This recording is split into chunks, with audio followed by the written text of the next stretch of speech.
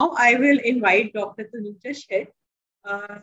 I'm very pleased to invite her because she is a very eminent faculty and she is the professor and pathologist, head department of biochemistry and head DM oncopathology, Tata Memorial Hospital, Mumbai. She has a vast experience of 27 years. Her areas of interest are breast and lymphomas.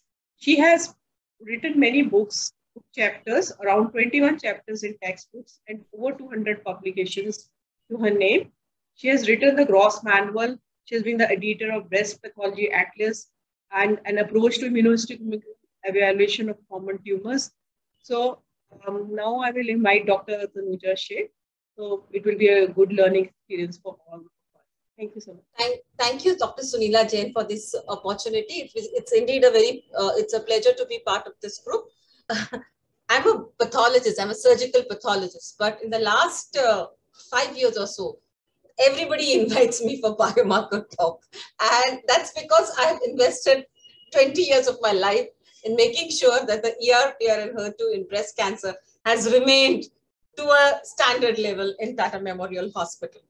So this is the plan of discussion. The first part of my talk, I'll just elaborate, since there are many residents in the audience, about why we do these biomarkers, what are the issues, and I'll just briefly, mainly I'll discuss ER/PR, HER2, and then briefly touch about Ki67 and PDL1.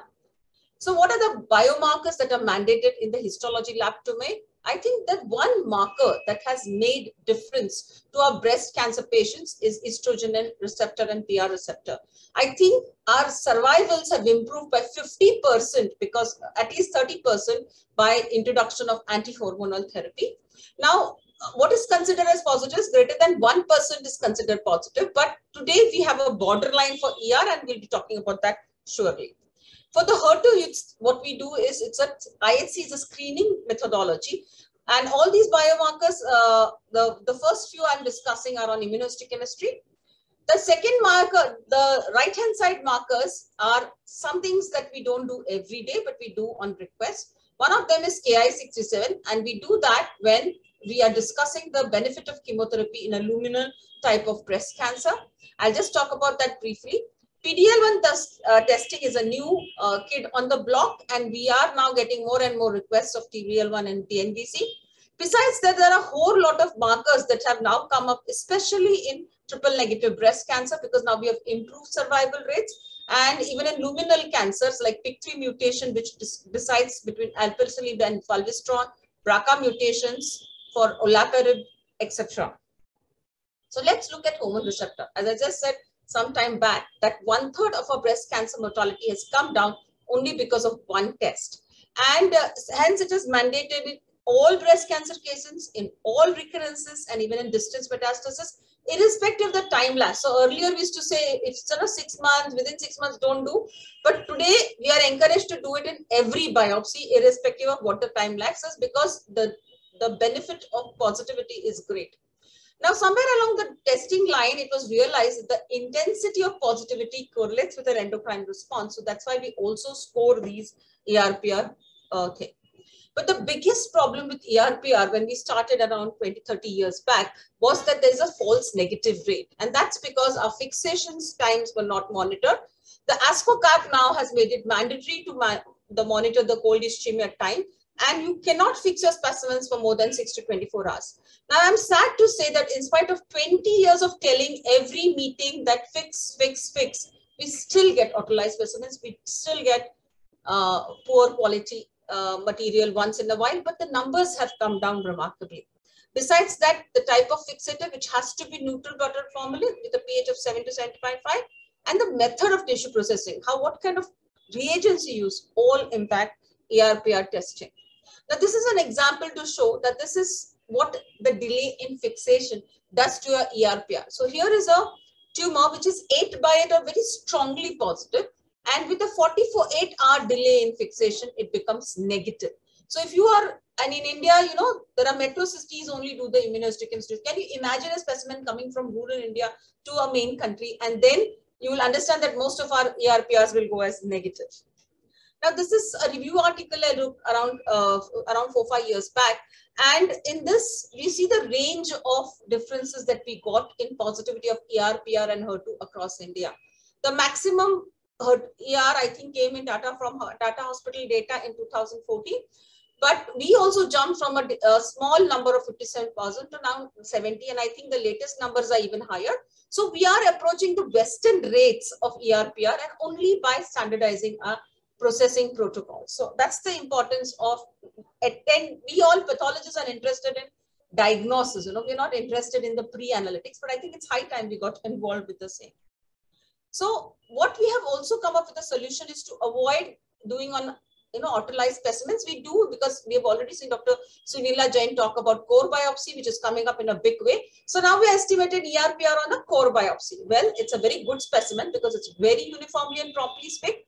And in most of the cancers in India are locally advanced breast cancer. So it helps us in therapy decisions or the type of chemotherapy based on the biomarkers on core biopsy. The only worry that we have is this enough? Is there a sampling issue? Now, a lot of meta-analysis have said that there's a 93% agreement between the ER done on the core biopsy versus the ER done on the specimen. And this is a fantastic agreement. There may be a little more difference for PR, but as I said, if the ER is working well, we don't have to worry about PR. We remember one important thing is generously repeat biomarkers on your excision specimen, even if you have done it on the core biopsy. And the more I grow old, the more I get worried about this, because we've seen that if there's a deviation in the grade of morphology, if your primary core biopsy was not well fixed, if the core biopsy was only one little tiny core, or if the core biopsy you had doubt about what was there in that, please double check and repeat on excision specimen. I'll share you some interesting findings. One, I can't talk too much in the 15 minutes, but you see, this is what happened during the COVID epidemic is our turnaround time increased. Our fixation time became over. So here are core biopsies. The ER is frank negative, but the PR is around 6/8 positive. Now we got this situation, started getting this very frequently.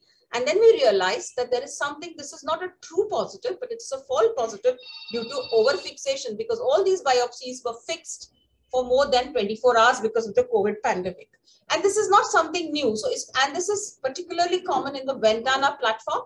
And I think everybody should be aware of it, that when you get a negative ER and a strong PR, please make sure your PR is, if it's on a Ventana platform, is not a false positive. And the UK NICWAS has documented this years ago. So sometime back, I told you that we are dealing with false negative, and from there now we are going to an era of false positive because we are overdoing things, and this is now a new danger on our anvil that we have to deal with. So what we are doing, so this is a triple negative breast cancer, what you can see on the screen, and you can see that it's 8/8 PR positive because of false positivity. This is only seen with Ventana platform and rabbit monoclonal antibodies. Now, what we are trying to do is now get a mRNA backup for a ER-PR, so that anything that I doubt, I can test it by a qPCR and make sure that the ER-PR positivity is true, because the patient is subjected to 10 years of tamoxifen if it's a high-risk breast cancer, and just because somebody called ER-PR positive. So we do use scoring methods. We use Aldred method, and this is the Aldred method, and this is the H-score. Now, pathologists have never been very good mathematicians, so they always avoid the H-score, but I think it's a very wonderful score because it gives you a snapshot of all the percentage of nuclei stained in the particular sphere. Whereas what Aldred does is it stretches your lower 3 scores. Now, when Aldred gave back this scoring in 84, that time we were desperate to call anything and everything positive, so I think it worked then. But in today's day and era, probably we should concentrate on the percentage of positive rather than the intensity and everything else. But as I said, we do give an Aldred score in our reports. So there is a large meta-analysis which found out that ER-PR positive as defined by greater than 10% is very prognostic. It does not matter what is the percentage of quantity. Many centers in Europe are now using 10% cutoff because, as I said some time back, that we are using better antibodies. We are doing automated platforms. So we are getting more and more positive results. And that's why the ASCO cap has also opened the eyes, and it has said that anything between 1 to 9% is to be called as low positive, with a caveat, and this full line, you can copy it from the JCO article, that this has to be added in every low positive ER report. Now from there, we go to the HER2 estimation. Now with ER, you're directly estimating the nuclear RNA or the protein. But in HER2, there is a discordance. We are actually looking at the amplification on the nucleus, and which translates to the overexpression of receptors on the surface of the neoplastic cell. So obviously, you're not going to get a direct relation. It's an indirect relation. So you can't have a positive or negative. If the amplification is low, the intensity is low, and that's the reason we have 3-tiered staining. Now, what happens in HER2 is we are looking at a screening by immunohistochemistry. You can do it by fluorescent in situ hybridization, and you can also do it by D-dish. We have switched over to dual in situ hybridization, and I'll just tell you in a while how and why. So this is the scoring system. Remember, complete membrane staining in greater than 10% of invasive cells is a must to call something as positive. If it is weak, we call it equivocal, and if it is strong, you call it neutral. Now, mind you, each of us, sometimes I say the pathology is the art of artifacts, because we know what in our lab stains how, and if that accordingly, some people can use it as and how they require, but this is the guideline. So there is a change in the FISH guidelines for HER2, and in the nightmare guidelines of 2013, we have 3 categories. And those categories was, remember what we call frankly positive is the ratio of greater than 2 and a HER2 nu greater than 4. But in the older guidelines, a ratio of greater than 2, this is when you're using the dual FISH. That means you're using HER2 and you're using CEP17 probe. Now, if you had a ratio of greater than 2, even if the HER2 was not above 4, we still ended up calling it positive. If the ratio was less than 2 and the HER2 was 4 to 6, we used to call it equivocal, and we added some additional methods. Now, in the new guidelines, thankfully, because the more data has reported on what happens to this patient, these 2 are now called as negative. So if you have any patient coming back from 2012, please understand that the reporting of FISH might have been done differently from now.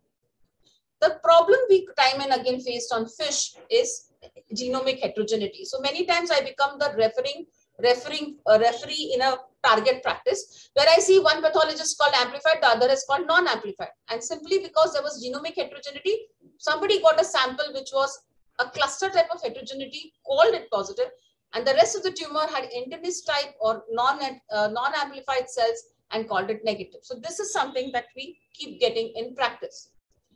Polysomy is another thing because we're using dual FISH. So the upper number is HER2, but the lower number is the CEP17. So if you have increase in CEP17, obviously your ratios go down. So in such cases, if you have greater than 3 copies of CEP17, then you don't look at the ratio. You essentially look at only the HER2 and mainly decide of what you have to do. If it's greater than 6, then obviously it's amplified. If it is less than 4, it's clearly negative. If it is between 4 and 6, then you test another block and look at your IHC, how strong it is. If it's not strong, then you call it as negative. So now the ASCO-CAP 2018 focuses more on your pattern of immunohistochemistry when you classify a case. As I said, we have shifted to D-dish now because it has very rapid turnaround time. It does not require a fluorescent microscope. It can be done under a light microscope. It is done on a Ventana machine, and it is possible to clean larger areas. This is our latest study. This is the older study. In the older study, we had a little lesser concordance, but I think that was the FISH guidelines in that time. That was the problem. Now, pathologists are having another problem on the anvil. It's no longer amplified. It's going to be low HER2.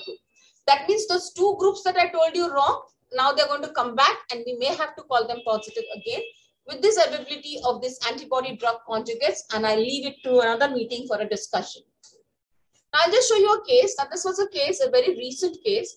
Now, this was called equivocal in one hospital and negative in another hospital. And again, I was the 3rd pathologist. So here you can see this is the morphology of the tumor. That's a very dead HER2. But something in that tumor made me think that, yes, this must be positive. So when the FISH requisition came, normally in Tata Hospital, in a negative case, we refund the FISH requisition. When the FISH requisition came, I said, no, please go ahead because this looks suspicious. And lo and behold, it was a frankly amplified HER2. So this put us all, it kind of woke us up. And what is the problem here? The problem is that we have the best facilities in the hospital, but yet a test fails. The test fails because the entire automatic platform, the basis of it is presence of good paraffin in the block and the concept of tissue hydrophilia. So if your section does not stick to the slide, the IHC reaction happens on the surface and nothing enters the section. This is very common if the block material is not of a good quality. So that's why I think essentially what happens is each of our lab has very different type of processing protocol. And through the NCG EQUAS, we're trying to see if we can get all of us to at least adjust our protocol to a level that most of our blocks will turn out to be in the same way. And we are undergoing certain EQUAS exercises. If you're part of that EQUAS, you will surely know what are the exercises that we are doing.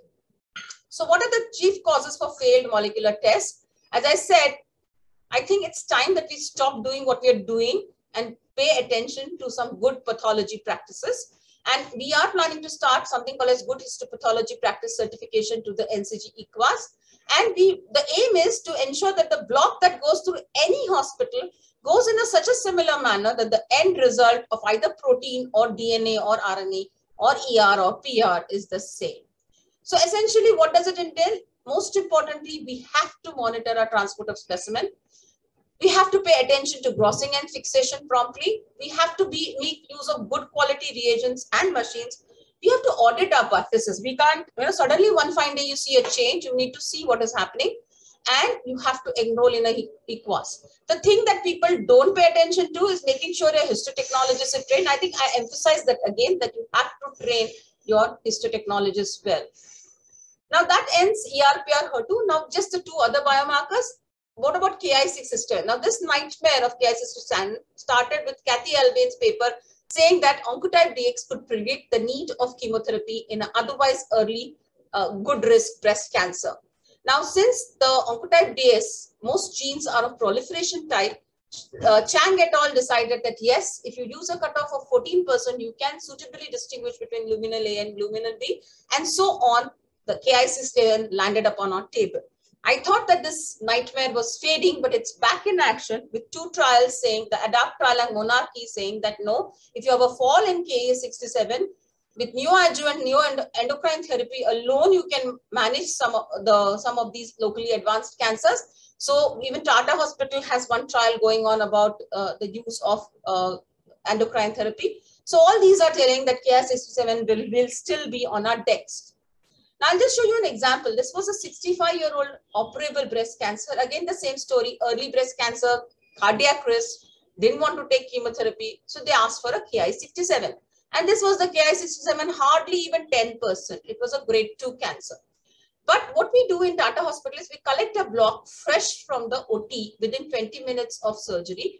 And that is used for biomarker estimation. So the that block somehow came later than the earlier block. And when we repeated on that block, the Ki67 was 40%. So you can see that this is the jump that occurred when, and this is an actual case, if we had monitored, if I had trusted this result, I would be in a soup. So this is something that we studied some while back, and we found that with delayed fixation, the Ki67 comes down drastically in some cases, and it may impact the patient management. So as I said, Ki67 is marred by analytical issues. The cutoffs are varying. So it started with 14, then it went to 20. And the latest International Ki-67 working group says that if it is less than 5, you call it low. If it is greater than 30, you call it high. Between 5 to 30, you need to do something else to prove that the patient is low risk or high risk.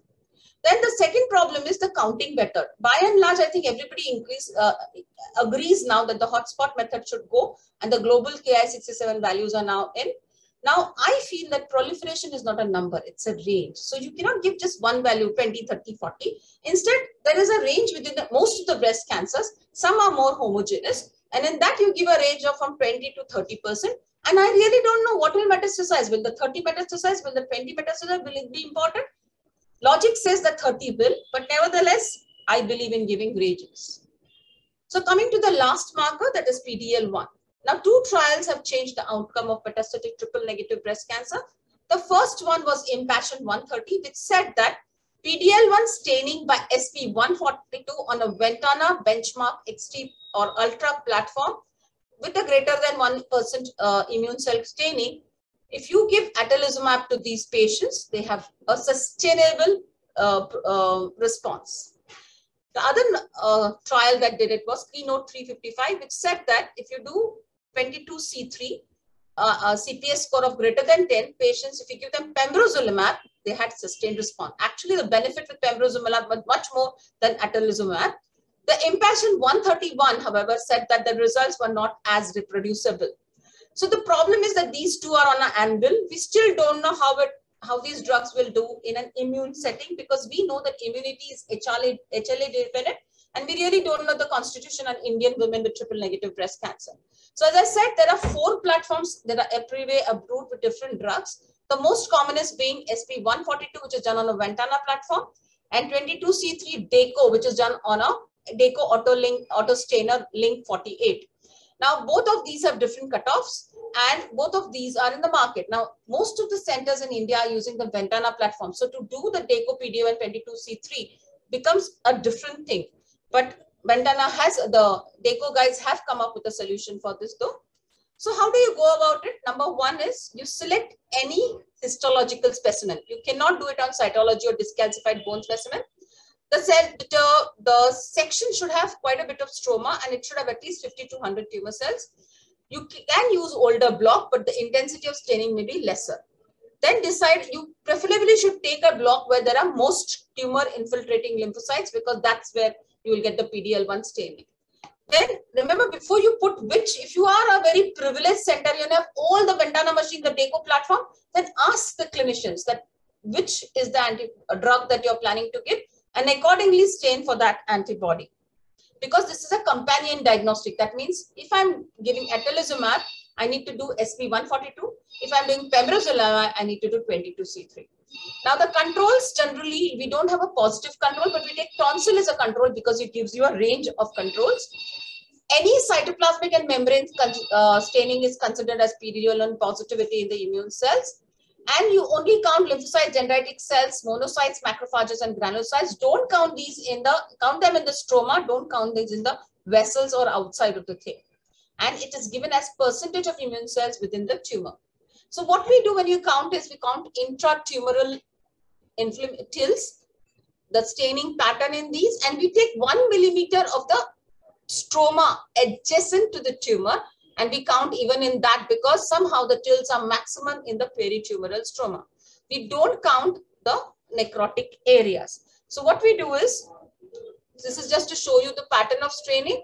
Unlike most IHC staining, this is a very granular pattern of staining, and you can see that the tonsil is a good control because it gives you strong staining in the epithelium, intermediate staining in the paracortical region, and intermediate staining in the germinal center, and low staining in the intermediate region.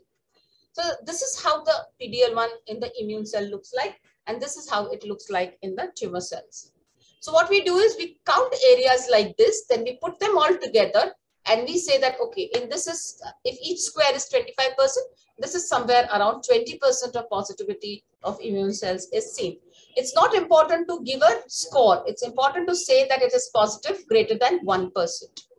Now, the atezolizumab guys, they are very clear that these assays are not interchangeable, but the DACO guys have come up with a solution. So let's look at what are the issues really. The most important thing is variable platforms, and each lab cannot keep this multitude of antibody for one test. The scoring method is again different. Each tumor has a different scoring method. The controls, there is no positive control. So many times people ask me, okay, tonsil is enough, but some tonsils are not well fixed and will not give you that good staining. Then pre-analytical, it's heavily dependent on your fixation time, something that in India we need to know. The staining is granular. So many pathologists I have seen, they have said, oh, this is negative, and there's a nice granular cell staining, because they're not used to picking up this type of staining. And there is a difference, there's an issue of difference between core biopsy, exogenous specimen, between two different sites, and between two companion diagnoses. That means if I call something positive by 142, it may not be positive by 22C3. So all these things are still there on the anvil, they have not sorted. The most important being the discordance between platforms. And as I said, the immune cell staining is best with SP142. 25% of the population, if say TNBC, will be negative, will be positive only with one test and negative with others. So there's no much concordance. There are many studies that have said that they do agree to a large extent, and now DACO is recommending 22C3 even on a Ventana platform, and the guidelines for lung carcinomas are going to be out soon. I hope TNBC also catches up soon. So that will help us because, most of us have Ventana machines. So doing 23 on Ventana platforms will help us. Now, one important thing is that the estimation in the core biopsy is often less, and we found almost a 30% change even in a TMS study. I'm sorry, I've not given that data, but this is a Europe study and it also has said the same thing. The site of testing is also important. We have very lower positivity in lung, bone, and other soft skin, whereas highest positivity comes from primary tumors and in lymph node metastasis. There are borderline cases where you see some positivity like this particular core biopsy here. In such cases, what we do is we actually should ask for more material. Don't call it negative. You say this is borderline. I would like to test it on this. If there is a bigger block available, then I would like to test it on that. So to conclude, ER, pure HER2, Ki67 and PDL1 are one of the most prominent markers in breast cancer today. We need to show good histopathologic practices so that biomarker quality improves. I think concentrating on fixation is 50% of our job one done. And as I said, the NCG EQUAS, we are promoting one practice for all that will help solve all our issues. There are some issues with Ki67 and Pdl1 testing, but nevertheless, these antibodies have to be dealt with. And I hope I've give you some words of advice. We run the NCG EQUAS in Tata Memorial Hospital, and this is my team from the NCG EQUAS. And we also do the molecular quality assurance program, and this is the team from the molecular that. And we hold webinars where regarding quality, and I welcome you to read up on the NCG EQUAS website. So thank you so much. I would like to thank all my colleagues who have helped me in validating these biomarkers, especially the histotechnologists in that department of pathology. Thank you so much. Thank you, Dr. Tanuja.